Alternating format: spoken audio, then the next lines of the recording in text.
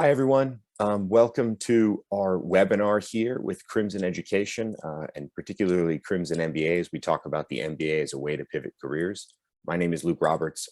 I do a lot of different things at Crimson. I wear a lot of different hats, but today I will be hosting this webinar. I have the privilege of talking to Ben Schwartz today, who is the co-founder and the Dean of Leadership Development at Sage Experience. We are lucky to be able to draw on Ben's expertise from time to time here at Crimson.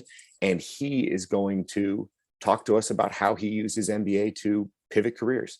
It's pretty self-explanatory. We're going to have a pretty conversational style today to talk about the value he got out of the MBA, what he was thinking before, how it has positioned him better afterwards to be able to pursue some really interesting things at Sage. So in a moment, we're just going to get into the conversation. Ben, how are you doing today? Doing well, really excited to be here. Thanks, Luke. Yeah, thanks so much for having us. So before we get into anything about Sage or the MBA, why don't you just give us a little bit of background about yourself, maybe where you grew up, things you like to do growing up, just a little bit about who you are.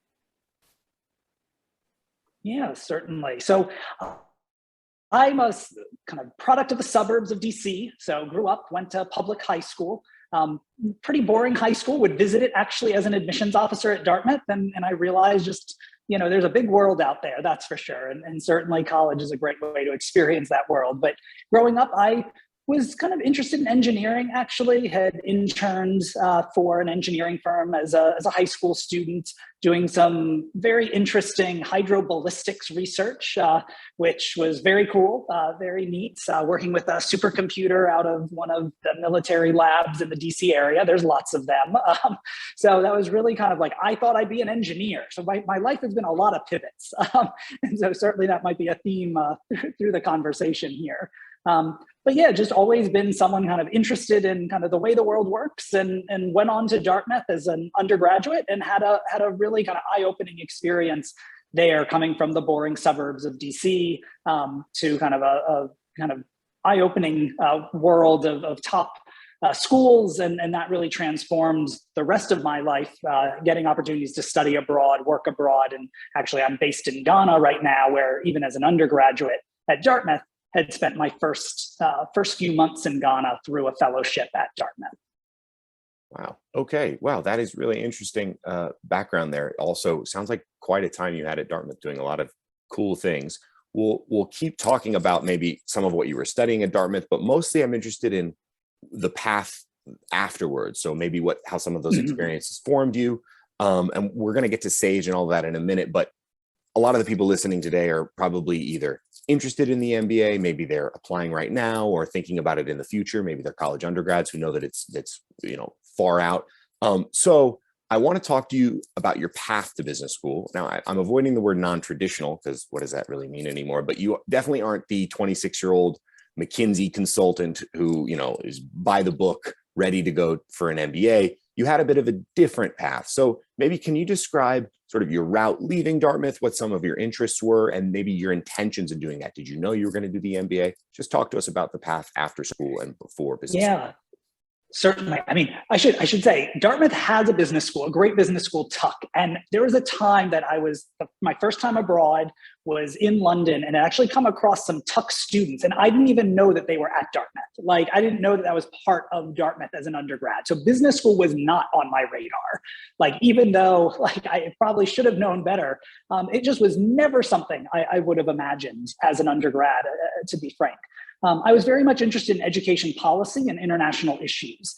And so I left Dartmouth on a fellowship, on a postgraduate fellowship, spending a year back in Ghana again, working with NGOs to improve quality of education for low-cost private schools in kind of peri-urban slum settings outside the capital. And so that was kind of where I started right after graduating from my undergraduate program.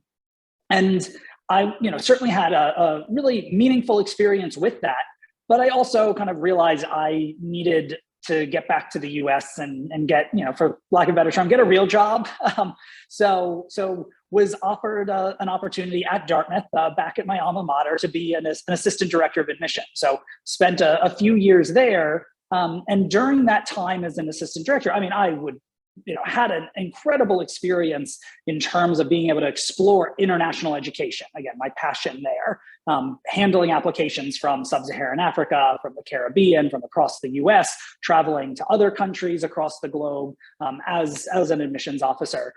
But at that same time, I was actually setting up my first nonprofit, which was called World Partners in Education. We were a teacher training program focused on kind of transformational training programs in these affordable private schools in emerging markets, mostly in sub-Saharan Africa. So after a few years as an assistant director at Dartmouth, I then went on to work full-time for the nonprofit that I'd helped found. And from there had spent actually 4 years back in Ghana, leading the organization, expanding the organization, owning our strategy. And simultaneously, I was also working for a large multinational NGO that ran an educational program in Ghana.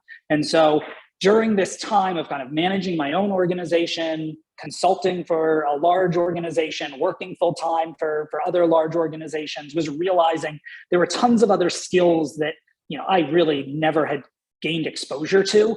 And I never really had formal mentors. Having kind of been running my own nonprofit as a consultant is kind of not the kind of McKinsey consultants, but the kind of independent contractor consultants. Never really had someone who could kind of help walk me through things and kind of, find best practices. So that kind of opened up this opportunity to say, I should be looking at a graduate degree. And I'm going to be very honest as well. A lot of that was my grandparents' last wishes was I go to do a master's degree. So certainly it was a confluence of factors here. But things really, worked out, realizing that there was a good opportunity, a good time to kind of return to the US, expand my skill set. But I wasn't sure what I would do after completing my graduate degree. Great. That is really helpful background, and also sounds like you were doing a lot of interesting things, gaining a lot of skills, where you had your hands in lots of areas there. That's great. Really interesting. So you went to MIT Sloan, but you also got a degree from Harvard Kennedy School. So I'm interested in, obviously makes sense between the grandparents and mentoring and development. There's lots of reasons why you wanted to go get a master's, particularly an MBA. But what brought you, one, to the MBA at Sloan in particular, but also where does Harvard Kennedy fit into this? Great questions. It always felt to me that kind of an MBA alone didn't make sense for me. I mean, it was kind of this, I don't want to call it the sellout, or, the person who definitely has kind of always been in this very much kind of social enterprise, kind of international development field. And so kind of purely doing an MBA, to be frank, part of my concern was that, it might be seen as, I'm just supposed to be a consultant. And if I want to work for a school district who doesn't want just another MBA, a shirt coming in and kind of telling them what to do and what to cut, that having this dual degree might help kind of balance or temper misconceptions. It might just accentuate them, to be honest. But, I think the idea was I wanted to be able to see it from kind of a public standpoint, as well as that kind of private enterprise standpoint. And so certainly, that was part of the reason for looking at dual programs. And it also, to share a little bit, had looked at, for instance, UVA's dual degree program as well, which they have at Curry School of Education, a program with their Darden School of Business. Stanford also has a similar program for education and business, but I wasn't really sure I wanted education so much as I wanted kind of a public administration, kind of more, I don't know to say generalist, but more open-ended opportunities, I think, afterward. So Kennedy had this dual degree program with Tuck at Dartmouth, as well as with MIT. And I knew I didn't want to go too far. I didn't want to be moving across country midway through my MBA program. So that's where, right down the river from each other, MIT and Harvard certainly make it kind of easy that you can live in Somerville and attend both schools at the same time effectively. So that was a lot of kind of the impetus for, why those two schools, but MIT as well, just to mention it, it's one of the smallest MBA programs, which is important to me. I didn't want kind of 1,000+ student type experience, which is the Harvard MBA, for example. And so it was looking kind of exclusively at smaller, more intimate programs, partly coming from this background where I'd never worked for a US company or for-profit entity in my life. So, I wanted a community where I felt like I could be more kind of exploratory and kind of, have more conversations and not feel like I was kind of just another student among many.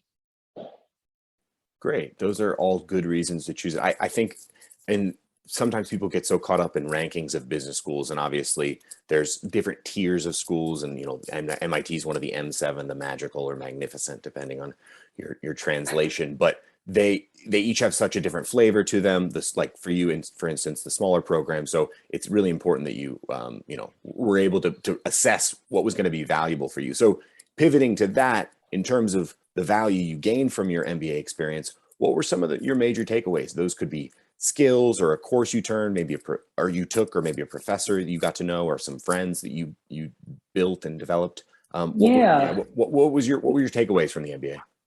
So I always thought, frameworks. This is my takeaway from the MBA is there's a framework for everything. So let's apply a framework here to what I kind of took away from it. I would put kind of on the social side, there was certainly the kind of firsthand experience of just like, what's it like day to day? And then the lasting social experience. So the network, the people, the connections for this lifelong kind of, MIT experience. And certainly, I would say kind of the day-to-day at MIT lived up to what I really had hoped for in terms of having a kind of close-knit community, in terms of being able to, share my story, which as you didn't want to say, but is non-traditional, a bit probably extremely non-traditional compared to other MBAs at some level. And so MIT provided a good space for that, and kind of continue to be very close with MIT classmates who have supported a lot of the work I've been doing since graduation.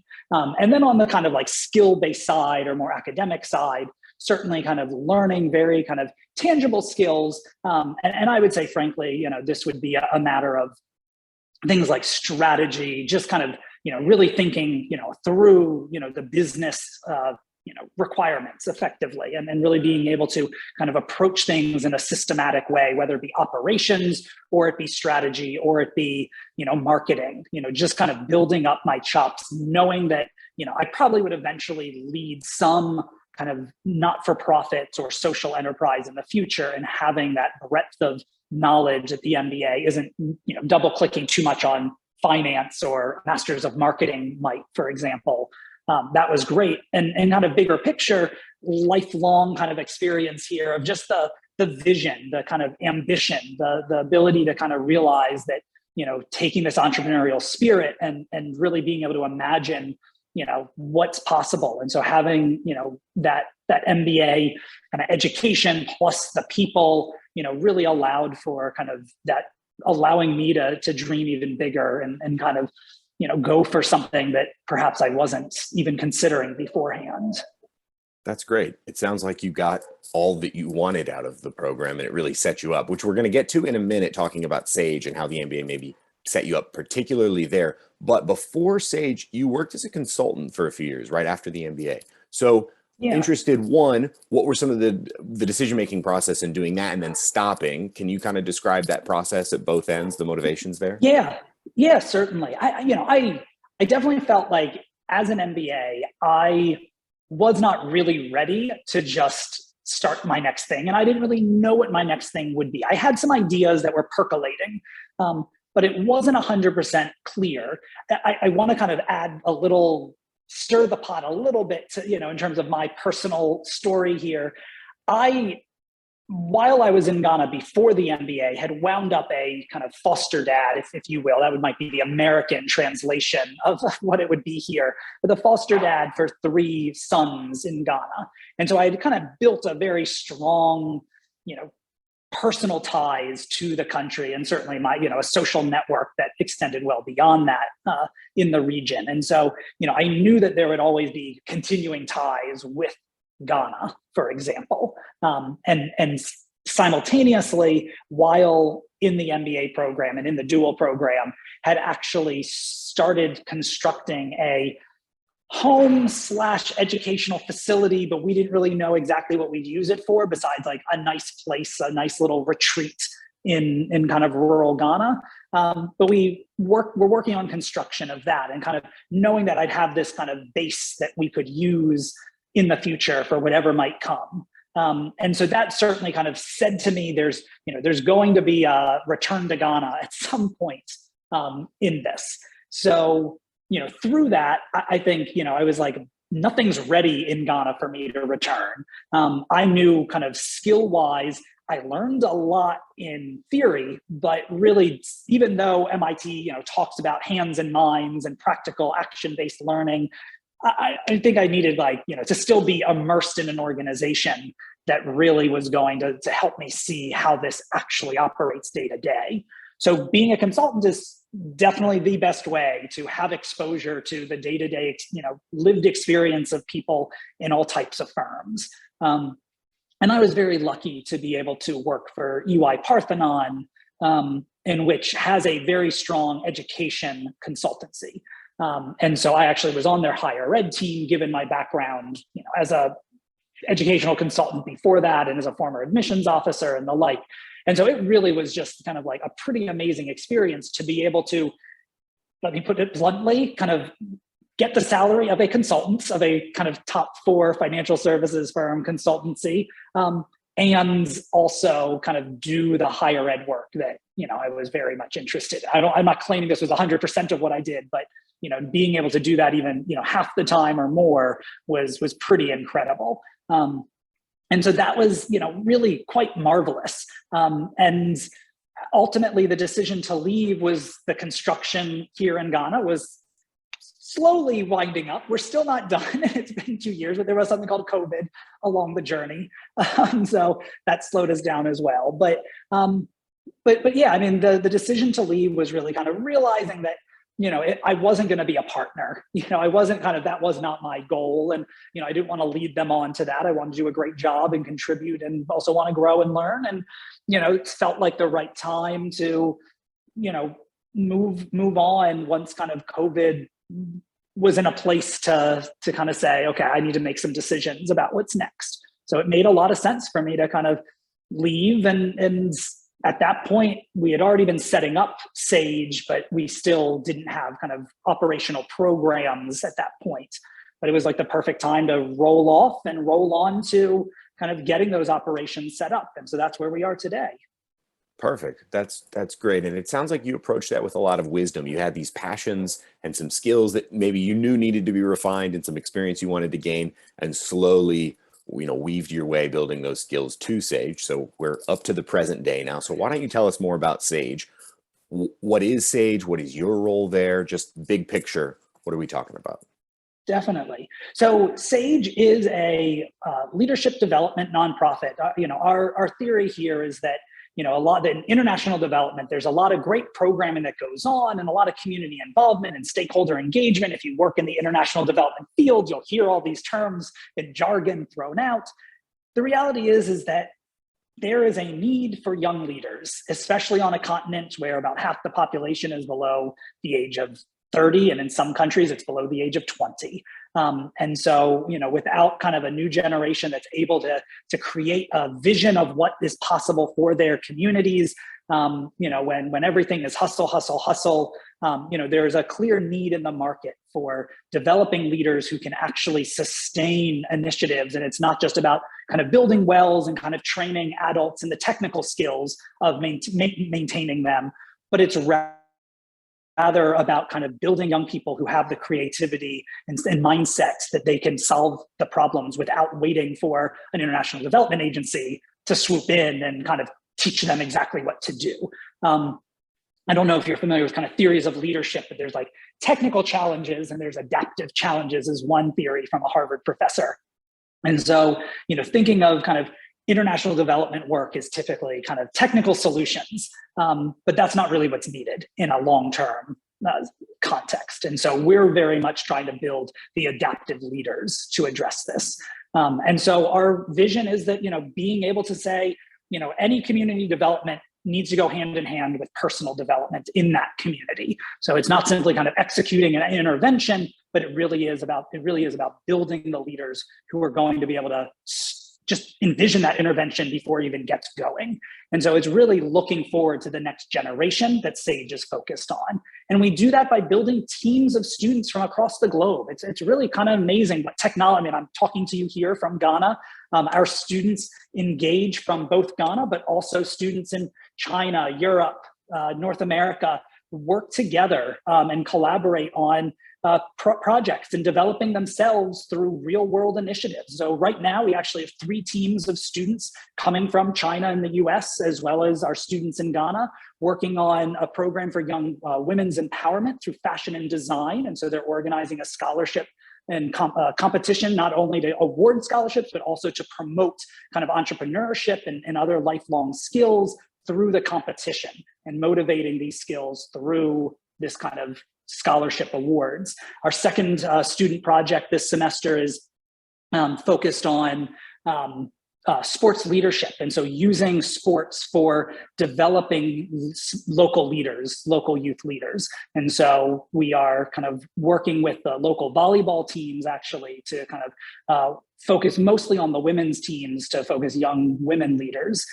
in these communities. And then the third project is around nutrition. And so we have a student from China and a student here in Ghana collaborating to develop a community nutrition initiative to kind of promote substitute ingredients that might be a little bit healthier, low-cost options in which can make sure that they provide sufficient iron and other key things that tend to be lacking and causing things like anemia or the like. And so, really taking a creative approach with that. And it's mostly high school or gap year students who do these projects, but it really is kind of I don't want to say they're mini consultants because that might be an insult to some of them, but they're effectively kind of figuring out using design thinking and project management as 16, 17, 18-year-olds, how to kind of solve a real issue. A lot of this was kind of looking at the youth leadership space was filled with workshops and conferences. And frankly, I don't think there's a single leadership practice in a workshop.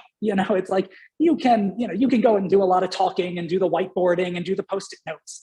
But leadership those are technical problems. Those are not kind of the adaptive challenges. And if we need leaders who are going to solve issues of climate change, issues of cross-cultural misunderstanding, issues of, the list goes on and on and on, we need these adaptive leaders. And that means people need to be ready to get their hands dirty, to take risks, to kind of envision something new and creative that's never been done. And that's what SAGE is about. And I know that's not an elevator pitch, but hopefully that gives you a thoughtful sense of the nuance required to develop young leaders globally. Yeah, that much better than an elevator pitch. Thanks, Ben. That was great. And it sounds like some really interesting and important work you're doing there. So I guess you're very, just by definition, you're very forward-looking, developing future leaders. So the future is something that seems to be what you're building for. What does the future of SAGE look like? What are you hoping to do? Is it going to grow? Are things going to change? Are you hoping to just kind of keep on keeping on with it as it is? But just would love to hear about what's next. Great question. I think we're still honing our kind of operations. This is actually our first full semester. Our construction is mostly complete. The painters are in the background actually painting. So we're not 100% done, but we're very close now. But the students have moved into one of our wings, which has been completed. So, it's been exciting that, it's a small cohort of students this semester, hoping to grow it. Right now we have 7 students in total, 1 part-time student. So 6.5 students in total at this point. So it's a great kind of initial phase for us to kind of, make sure the programming is working in our own space. And our hope is to grow it to probably about 24 to 30 total students per semester, based out of Ghana at least. If that model works, certainly would, love to be able to see it placed in other communities. But because we have this kind of curriculum that allows for remote and in-person, and really kind of facilitates cross-cultural engagement and community engagement. It's not just Zoom calls, but it often is like video calls on the streets here in the communities. This is where I think there's opportunity to take this in really any community potentially, but that's probably at least 5 years down the road. But certainly every community needs young leaders. The challenges we're facing are unprecedented. And so we need people who really have the creativity that unfortunately our schools, and especially if you're coming from the US, are more and more kind of strangling creativity for any number of reasons. Not blaming teachers one bit here, just realizing the realities of the day. And so, this is where trying to provide kind of an outside experience that could be accessible to all types of students. Great. That's wonderful. I'm excited to see how it develops over the coming years. That's wonderful. So last question, we're coming to the end of our time. If you ask you for 2 bits of advice for the different buckets of people we have listening, one are those, the MBA is still a few years out for them. They're just thinking about what it might mean, how to kind of figure out their path. Do you have any pieces of advice to say to them? And then the second one are people who are maybe more like you right before you started at Harvard Kennedy and MIT Sloan. They're ready to pivot careers. They don't know exactly what they're going to get into. What advice do you have for those people? Yeah. So for this first group, looking ahead, let me first say, an MBA is not for everyone. And it feels like kind of the catch-all safety option. The reason it's not for everyone is it is expensive. At least if you're going to these top schools, they aren't typically offering a ton of financial aid. And so you need to be realistic. If you want to go into the social sector, you are going to have very limited options to be able to pay back $200,000 in debt if that is the price tag for it. So I just want to be very clear that you kind of are going to need to pivot necessarily. I was very lucky. I didn't pay anything for Harvard, for example. It's subsidized MIT. So I was very, very lucky, but I know that I was lucky and that not everyone, it gets that roll of the die there. And so, to that point, if you're kind of exploring your options, recognize that there might be other ways to get exposure, get experience to determine if an MBA is right for you, and consider, are there other programs that you might do? And there are plenty of kind of innovative programs coming out, especially out of COVID, to consider, are there kind of these alternative MBAs, for example, that might fit your path a little bit better? And so kind of be open-minded about that.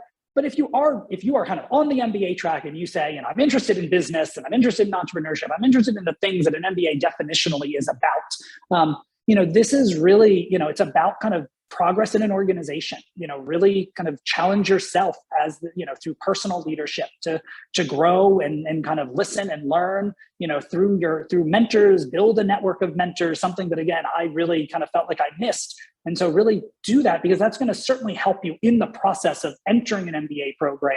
And so kind of recognize that kind of finding those allies, those mentors from an early age can make a world of difference to kind of set you on a path, and kind of know how to kind of, what to target.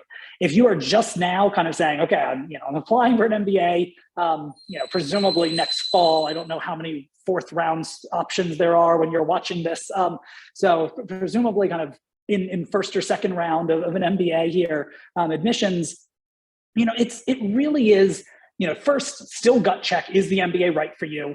Make sure that you kind of checked all those boxes. And to be honest, the admissions officer who I had my interview with at Sloan, that was his number one concern about my candidacy, was like, how is this kid who, is working in Africa with foster sons and this and that, like, are you sure this is right for you? So make sure, you're ready to answer that, both, to yourself, but also to the admissions office. And really the process of applying for an MBA is kind of showing why this is the right step, that you've done your research. And admissions officers in the MBA offices really want to see students who have kind of done that self-reflection, who really understand, what this means and where they're going with it. So use the process to reflect and don't be afraid to come out with a conclusion that might be maybe an MBA isn't the right next step, and maybe it's a different program, or I should wait, or I should do something totally different. It certainly seems like, the great resignation or whatever we're calling it, this might be an opportunity for an MBA or something else, but definitely use this as a process of kind of personal discovery, and kind of a forcing mechanism, if you will, to evaluate, what it is you're looking for. Great. I hope you'll forgive the pun, but some very sage advice. So thank you.